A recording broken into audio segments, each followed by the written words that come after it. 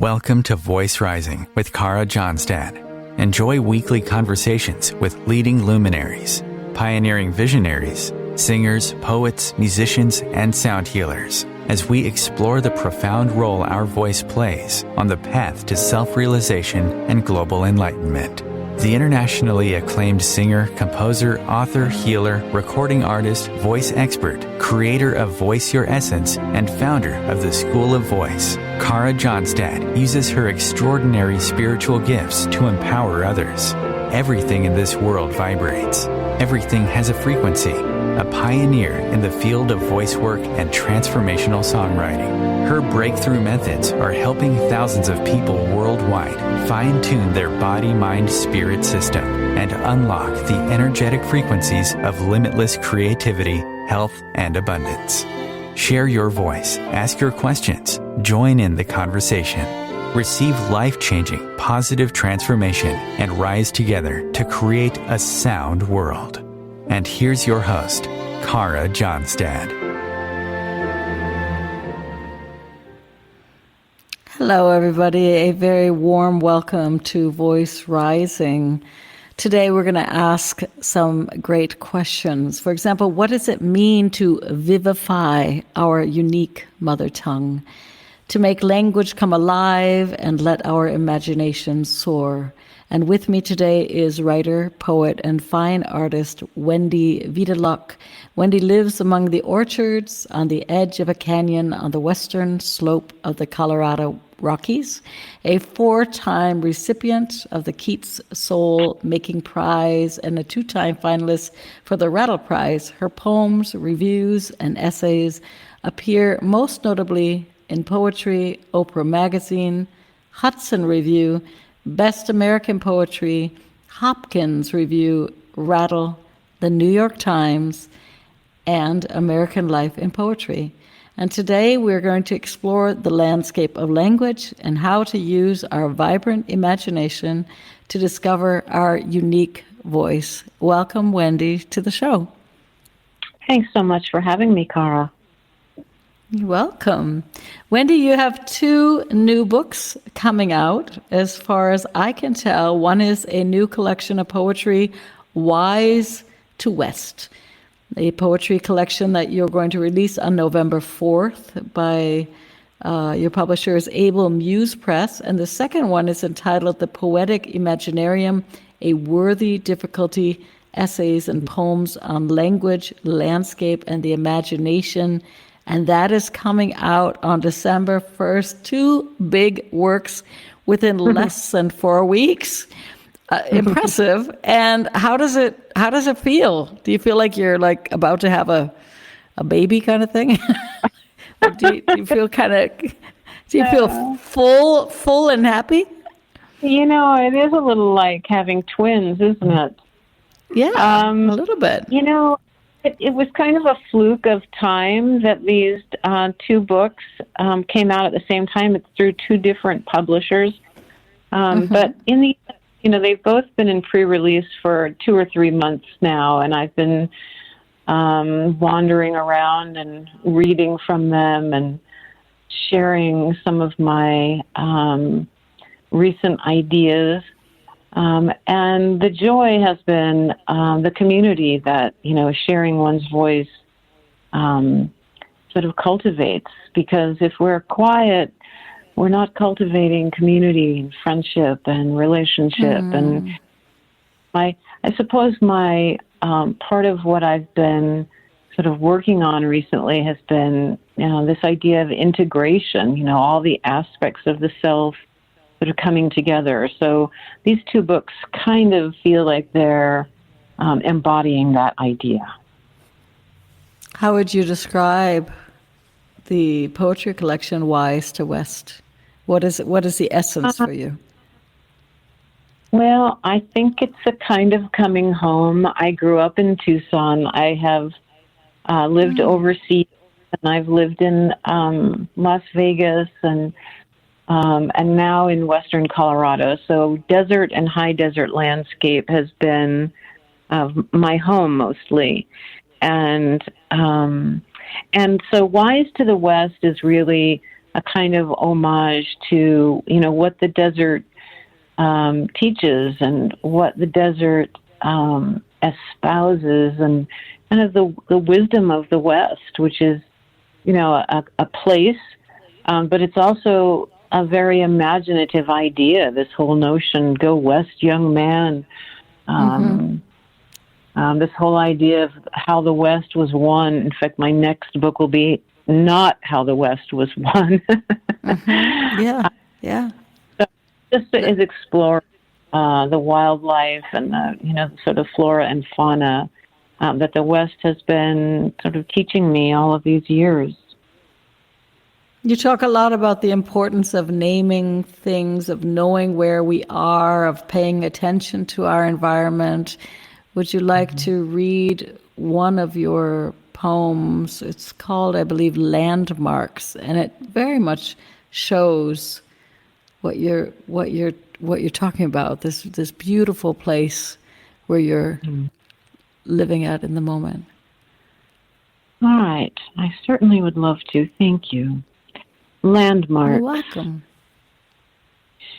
Dancers and dabblers, makers and gardeners, sisters and brothers, under the influence of the moon, students of gratitude, I write to you from the foot, from the base, from the sands of a tabletop mountain known to some as Mesa Grande, known to others as the Grand Mesa, known to others as the way to the Rockies, known to the ancient ones as Thunder Mountain, Tugunawut, or Land of the Spirits, long departed.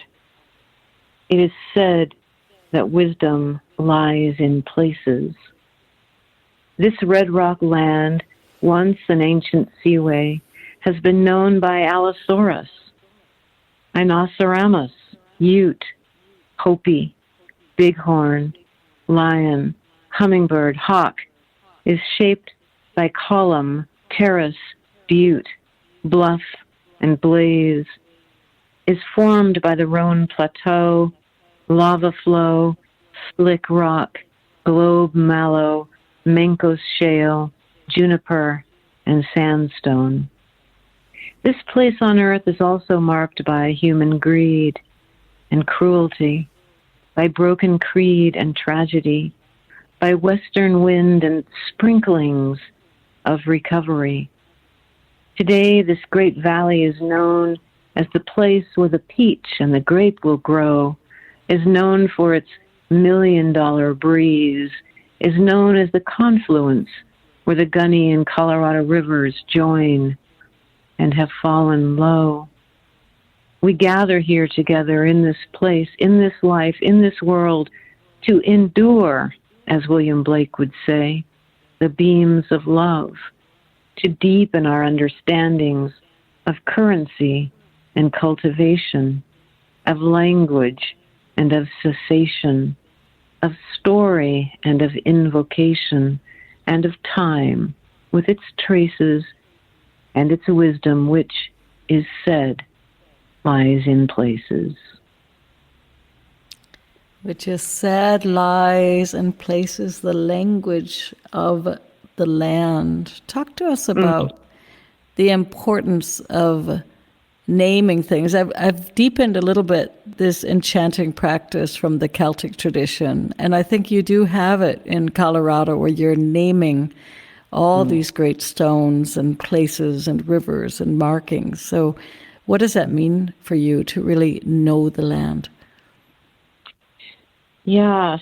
So this refrain in the poem, Wisdom Lies in Places, actually comes from the Apache.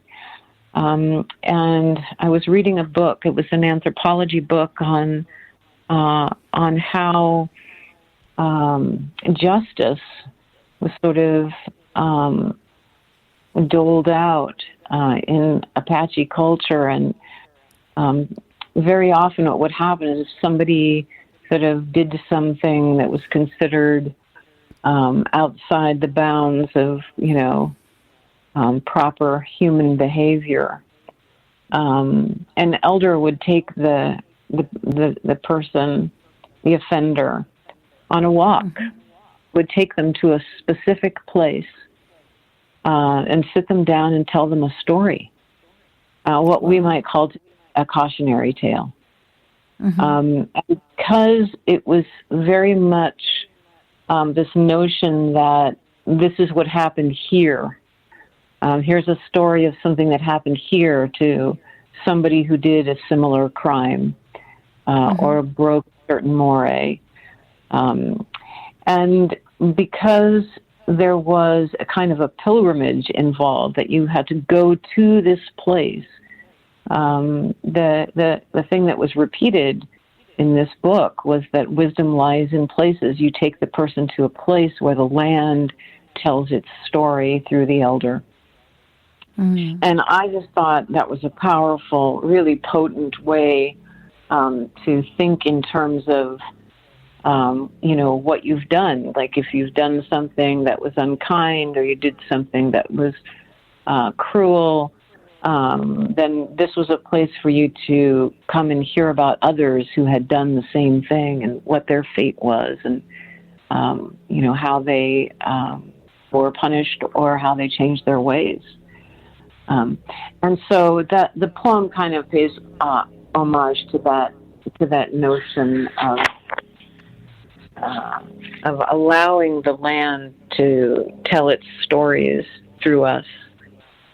And I think that is very much the job of the poet, and the role of the poet is to know, the names of things, to rename things. There's a lot of movement here in Colorado to rename, mountains and peaks and bluffs, to their original sort of indigenous names. And this is really powerful.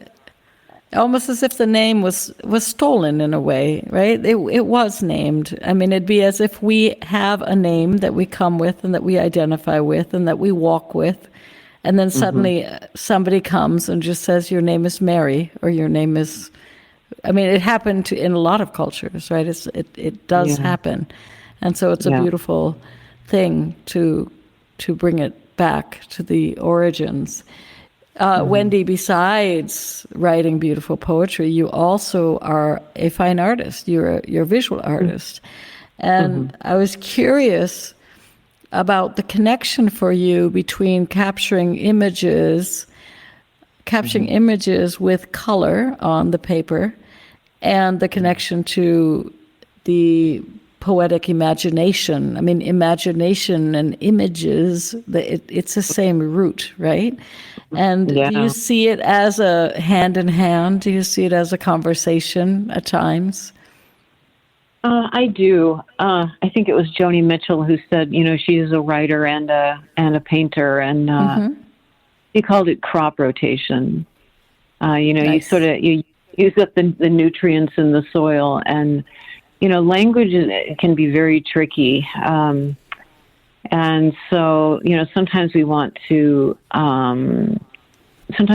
silence the voice in order to listen, which is in large part what my other book is about, which is about listening. Listening deeply is a form of love, and that learning to cultivate sort of embolden our own voices comes from listening. We learn from listening how we don't want to communicate, as well as how we do, and that the artist or the poet isn't doing much if they're not paying attention and listening. So what I find myself doing is sort of, trying to strike a balance between, quietude and speaking, and sort of learning that fine line between when it's time to speak up and when it's time to listen. And it's especially difficult when you have children who are adults. Good practice. Learning to listen instead of jump in with advice or one's own experience. You just said it, that it's through deep listening that we actually find our own mother tongue. I mean, we also find a deep connectivity to ourselves and to our community and to the people that we love, or even people we don't understand, but we might be able to understand them better through deep listening.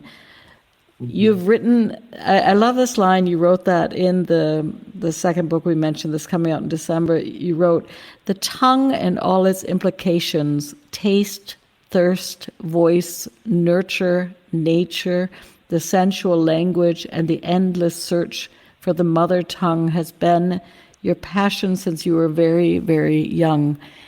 In which way were you searching for that tongue? that beautiful mother tongue. Yeah. I didn't know it. I mean, I see this looking back. At the time that I was young, children were to be, seen, not heard kind of generation was still very much in place. And particularly being a young girl, if you had something to say, you were being, out of line. So I spent probably the first 20 years of my life not saying much at all. In fact, my teachers were all, concerned that I wouldn't really communicate in class. And I think that was my school for learning to take language with a kind of a seriousness and a kind of a lightness that started to come out, later in life as I began to, write more seriously and more dedicatedly.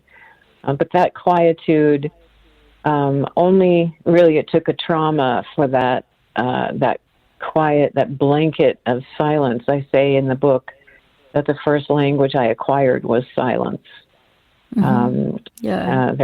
There's this great quote that you have to knock on silence in order to make a sound. So with so many people, that's deep. Yeah. Yeah. That's deep. Yes.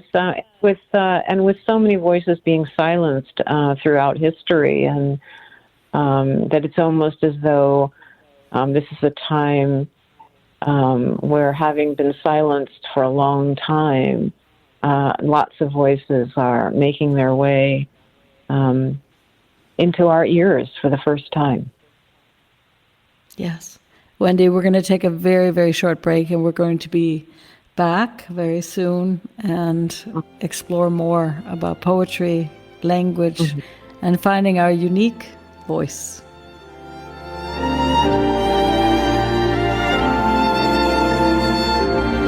The cutting edge of conscious radio. OMTimes Radio. IOM FM. OMTimes Magazine is one of the leading online content providers of positivity, wellness, and personal empowerment. A philanthropic organisation, their net proceeds are funneled to support worldwide charity initiatives via Humanity Healing International. Through their commitment to creating community and providing conscious content, they aspire to uplift humanity on a global scale. Connect at omtimes.com. OMTimes, creating a more conscious lifestyle. With happy clients all over the world, Kara Johnstad knows that your voice is the missing link to more authenticity, abundance, creativity, and health. An internationally acclaimed voice expert, Kara's breakthrough methods have helped thousands of people successfully heal their voice wounds and extinguish the story of self-doubt and shyness forever.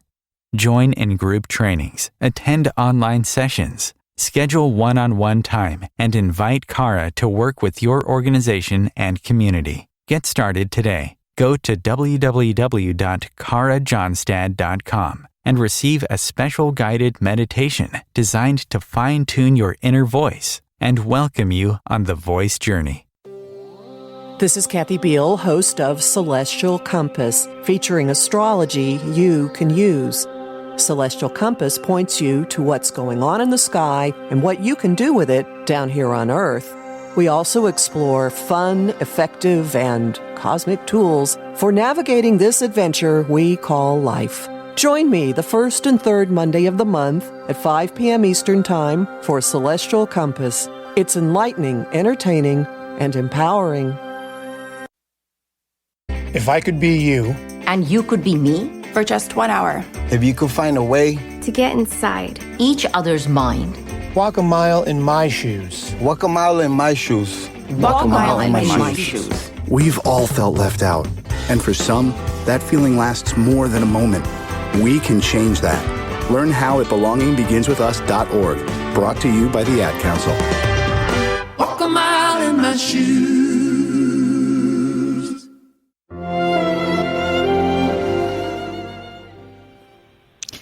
Welcome back. My guest today is the poet and fine artist Wendy Videlock, who has 2 new books coming out this year, Wise to West, a poetry collection which will be released on November 4th, and The Poetic Imaginarium, a worthy difficulty, essays and poems on language, landscape, and the imagination. And that book is coming out on December 1st. You can already pre-order it. The last one I saw is sold out already. So I don't know. I think it's already going to the second printing also, because in Germany it says sold out. So we're going to ask her publisher to do a reprint so that we can be one of the first people to get a copy on December 1st. So Wendy, we were talking about this amazing journey between being very, in a way, finding our own unique voice. And you were sharing that as a child and maybe into your early 20s, there was a lot of silence in the room. There was a lot of holding back, maybe your thoughts, until you came to a very strong turning point, which you talk about in the book, that a close friend, that's how I understood it, passed, and that brought your voice out. And you also talk about our search for our unique voice is a worthy difficulty, and the truth be so much can be learned by the curve of a question mark. Did you ever feel self-doubt or paralyzed while trying to take those first steps or first moments with the pen and start the poetry practice? Yeah, paralyzed is just the exact right word. I think it's a pretty universal experience to feel sort of frozen in your own voice, that you just haven't learned how to use it. It's such a potent thing, speaking and singing and consoling and sharing and withholding, all of it, everything that has to do with voice. And in my case, it was when my dearest friend died suddenly in a car accident. She left behind 3 daughters, and the daughters were desperate for anything, any words, and I could see that there was a need, and it was that need that I saw that allowed me to break through that paralysis. And it wasn't as though I was not speaking at all before then. It's that I was speaking what I thought was what I was supposed to say. Nothing really was coming from a genuine place of experience or from any unique perspective or anything that felt real. And I was also teaching at the time, so this is sort of like teaching with both hands behind your back. So it was a real liberation for me, that in a time of grief, that I found that I did have something to offer. And that was a major breakthrough for me, and an understanding that all those years of sort of remaining quiet, that they served a purpose, that it wasn't just a wound that I didn't understand, that it had, sort of taught me how to speak when I finally really needed to. And probably you are very discerned as far as your listening and very observant. So I can imagine that you are very aware of many things that maybe other people wouldn't have been if they were just talking quickly without thinking about it, right? Would you like to read? Yeah. I was just going to say, if you're blind, you have a more keen sense of, hearing, or, if there's one sense sort of lacking, then the other, something else kind of sharpens. And I think that is very true. Yeah. Read for us your poem, Learning to Breathe. Okay.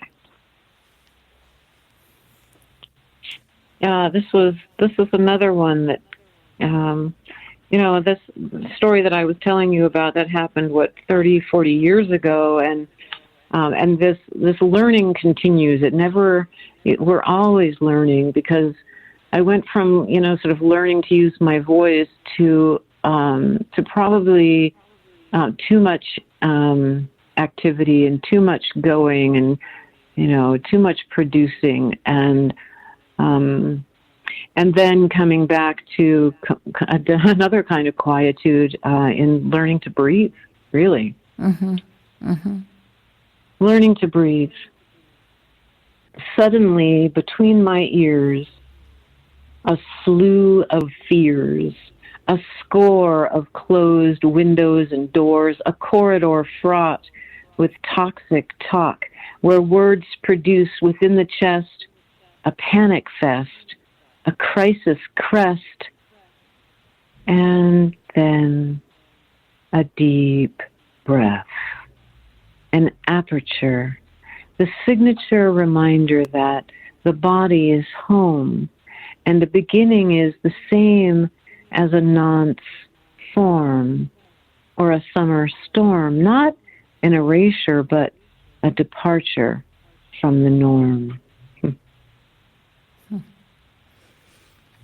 Our body is home. I think we all know that so well, and yet sometimes we are running on empty, and it's good to come back. You actually have a chapter or an essay in your new book which talks about social media, and it was interesting because you quote, and I do actually want to find this quote, unless you know it quicker than I do, but it was a Robert Frost quote. Here I have it.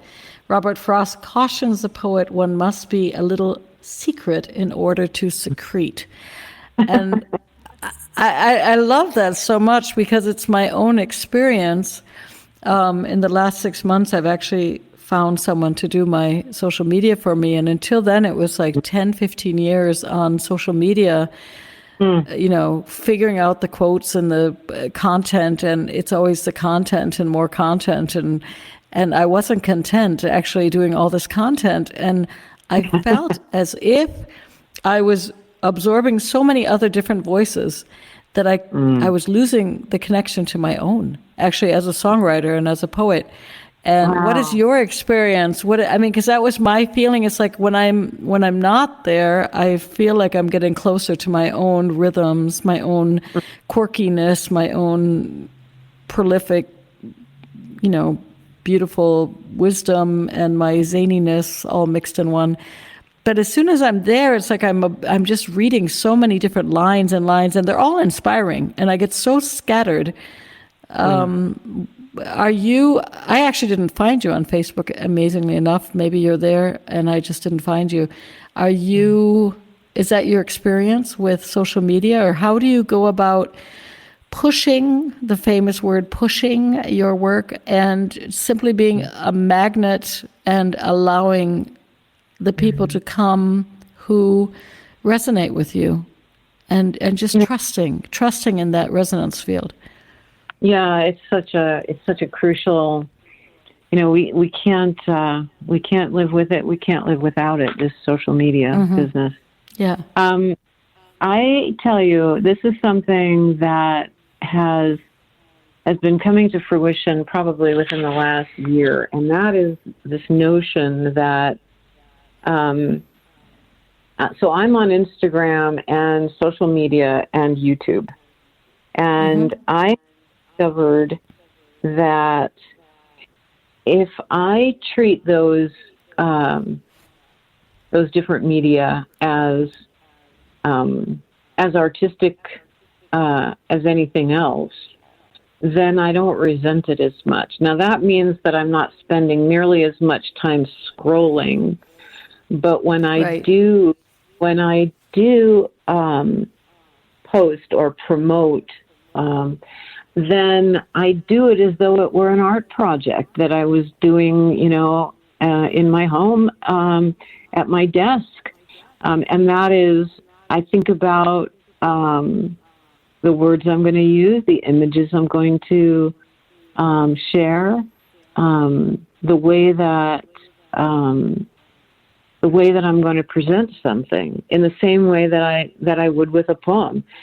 So with a poem, what happens is you sort of get this inspiration comes, and you spend a very brief time sort of paying attention to that immediate, just get it down on the page kind of thing.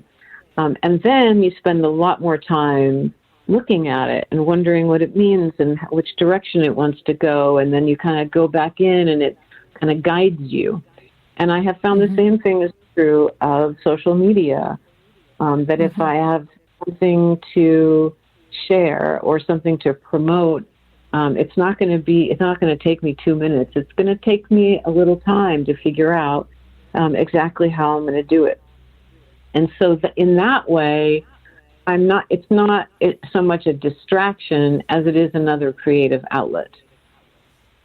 Which is probably the difference with video. If you're making, for example, with the YouTube channels, you are creating a 1 minute, 2 minute, 5 minute, 30-minute reading talk, which is there's no thousands of people posting on the same page. It's you.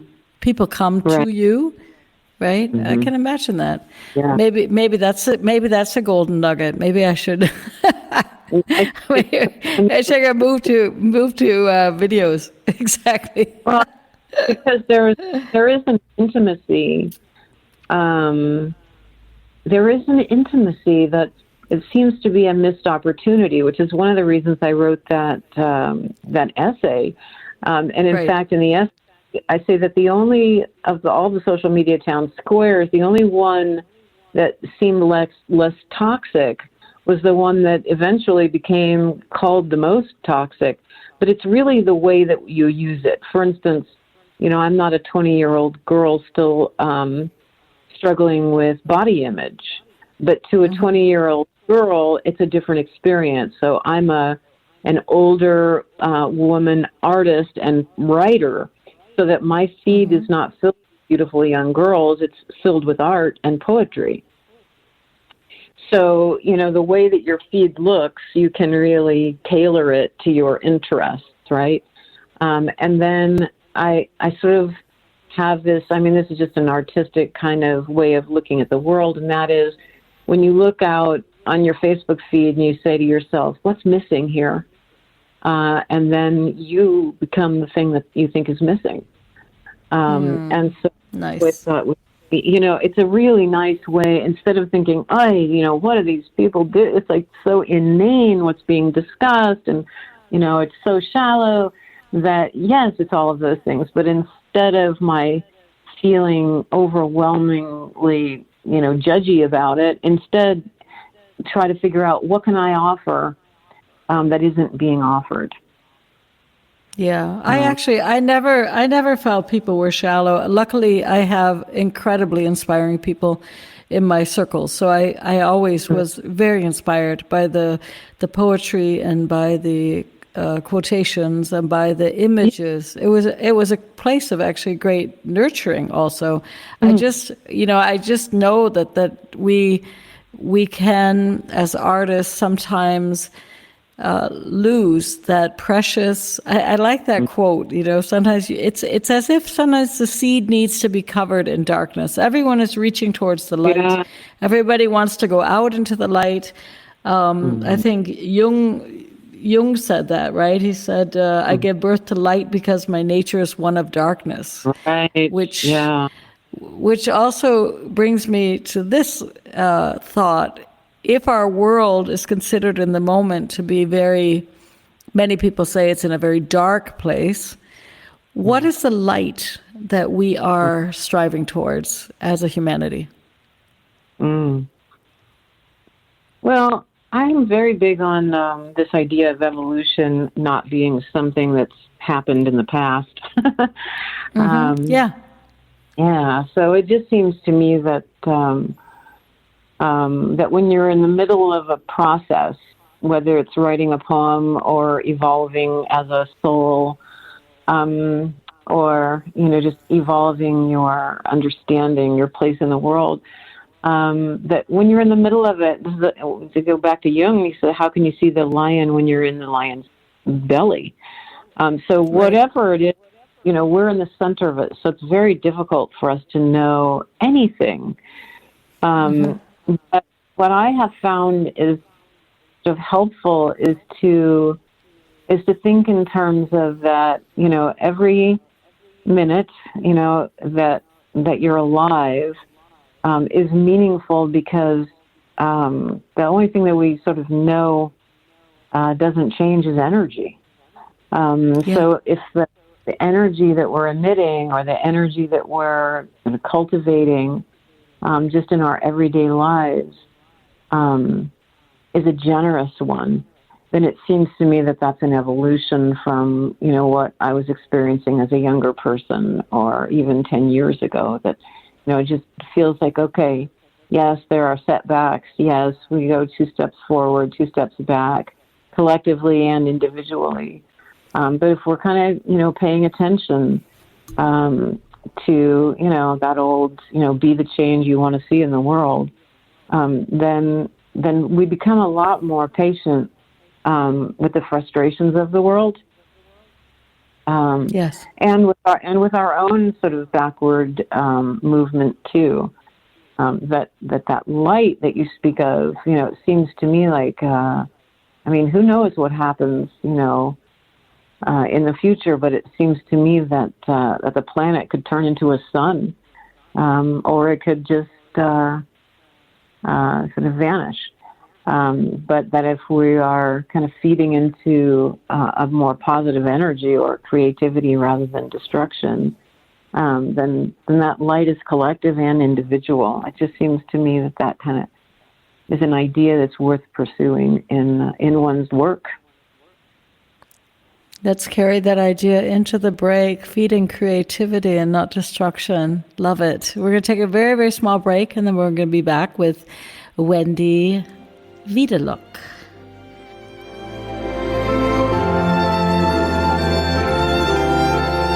Bringing a more conscious lifestyle to your world. OMTimes Radio. IOM FM. Ascending Hearts is no ordinary dating site, but a spiritual dating site with a purpose, to link you with your soulmate. We engineer the serendipity so you can trust that you will attune with someone that has the same matching vibration as you. Ascending Hearts, the conscious dating site for the spiritually aware. Try Ascending Hearts for free. AscendingHearts.com. My name is Victor Furman. Some call me The Voice. I've always been fascinated with human nature, spirituality, science, and the crossroads at which they meet. Join me Wednesdays at 8 p.m. Eastern on OMTimes Radio, and we'll explore these topics and so much more on Destination Unlimited. Shift Your Life at Shift New York. This year, the 16th annual Shift New York Holistic and Psychic Fair will celebrate your healing and wellness. Join us this October 29th and 30th as we are featuring top holistic practitioners and the best spiritual teachers from the Northeast. Join one of our free workshops on spiritual topics to help you shift your life. Discover dream interpretation, animal communication, sound healing, and so much more. Other activities include tarot reading, alternative energy, spiritual healing, mediumship. Private readings and energy healings are also available. You will not want to miss this. Pre-book to guarantee your spot. Shift your life with us. Learn more at shiftnewyork.com. You came across someone struggling with hunger. How would you recognize them? Would you notice an 8-year-old girl who's not excited for summer break because she may not be having lunch again until September? Or a war veteran who's having a hard time landing a job and getting back on his feet? I am the 1 in 8 Americans who struggle with hunger. I am hunger in America. Hunger can be hard to recognize. Learn why at IamHungerInAmerica.org. Brought to you by Feeding America and the Ad Council.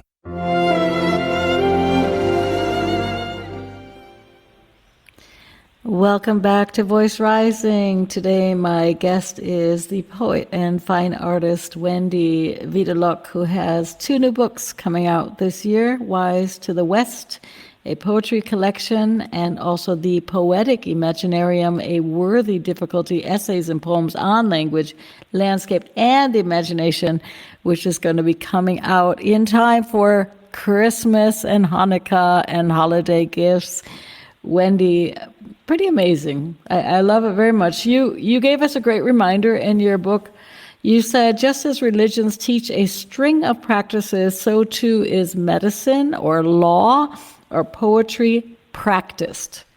So what can we learn from this? And how do we even embark on a poetry practice? Let's say we've never, ever written a poem and we want to start this practice for us.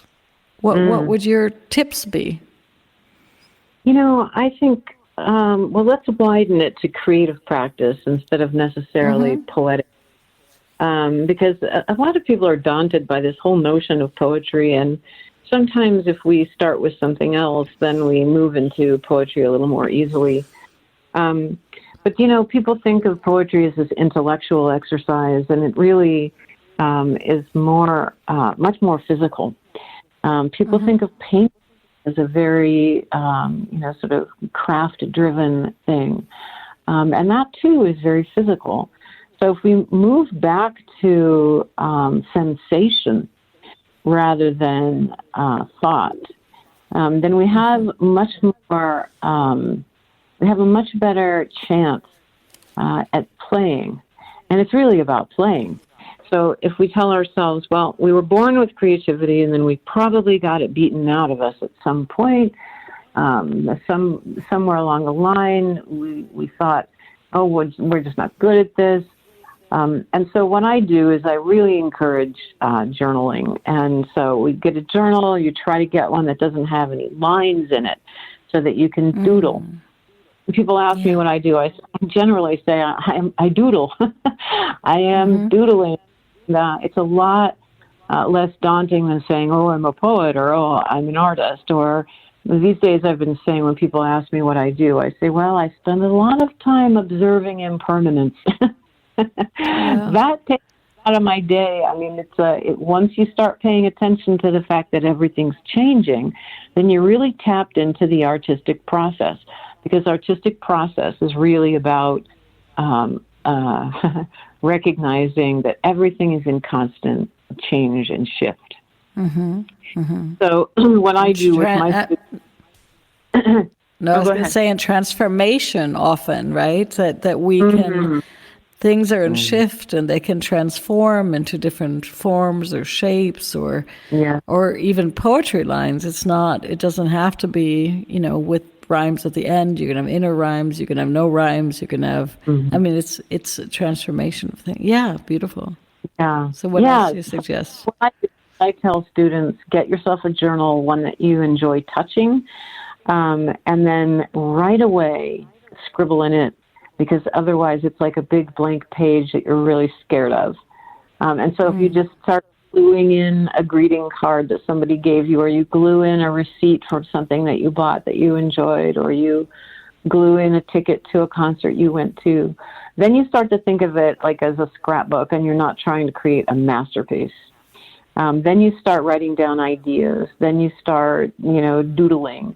And once you start doing that, it's not going to be difficult to say, I wonder what would happen if I did this, if I moved it over into my word processor and wrote it out as a poem, or if I moved it onto a canvas, or into a song, or into a yoga practice. All of these things are much more accessible if we think of them in terms of practice. I had a surgeon tell me when something went wrong with a surgery that I had, and he said, medicine is the most humbling of all the practices. And I thought, that's a doctor that I'm going to keep. To know, number one, that this is not about the ego, that it's about, the humble nature of practice. And that all of the artists that I enjoy, same thing, Michelangelo wrote we think of him as this visual, painter. He was also a poet, and one of his most famous poems, he's just down on himself and saying, I am not a painter. I'm terrible at this. I don't know what I'm doing. Staying humble. I think the Buddhists called the gift mind, and that humbleness is not to quiet us. It's to let us enjoy it. Yeah. Wendy, read for us with these 4 words. I think you actually just mentioned eventually the doctor. It seems that this might have been that surgery and the complications thereafter. Yeah, this was a couple of years ago. Sometimes they say that there's 2 ways you can open up. You can get broken open, or you can break open. With these 4 words, 15 days in hospital, surgeries and complications, mysteries and supplications, long and weeping conversations, various humiliations, blood-soaked devastations, pain-filled bifurcations, wan and reduced to providence and nerve, only to emerge with these 4 words. How can I serve? Yeah. How can I serve? Yeah. When people say, I'm really struggling and I've got this and that going on, I say, you know what? The best thing I've learned when I'm feeling bad is to do something for somebody else. It sounds so counterproductive, but let me tell you. Yeah, I think you're right where you need to be. How can I serve? And also, I try to also ask people to look at a little bit the bigger perspective, right? We can get very lost in our own things, and yet the truth is, it's a mystery. We're spinning in the middle of outer space, and there are a lot of people, with a lot of different storylines. And we might have failed an exam, but somebody else, again, not to say that our feelings are not worthy, but like you said, you're the mother of those 3 children. She lost her life one day. And so we have to kind of find that balance. And when we start to think of how can we serve and stay humble, then it makes life a little bit easier to go through, right? Yeah. So as we come to a close, you are living this creative lifestyle, and we are inspiring with our work, and other poets and writers and artists are all inspiring each other to bring that beauty and that truth to the world. What are the next things? Are you just going to savor for the next few months these releases, or do you have new plans? Are you already buying your new journals and doodling? Or I was thinking with doodle and poetry, maybe it's called poodling, but maybe that's too crazy. I do like that. That's fabulous. If you doodle poetry, you're poodling.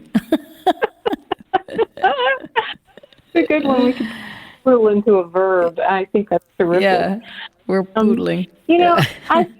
I think that right there is the key. I always tell young poets, if you're not having fun, you're doing something wrong.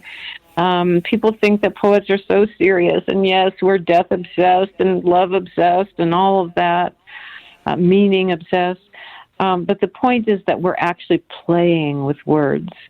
And the same is true of the visual arts, that we're playing with color and shape and form. And And it's true of singers that you're playing with, vibration, ways that you're learning from.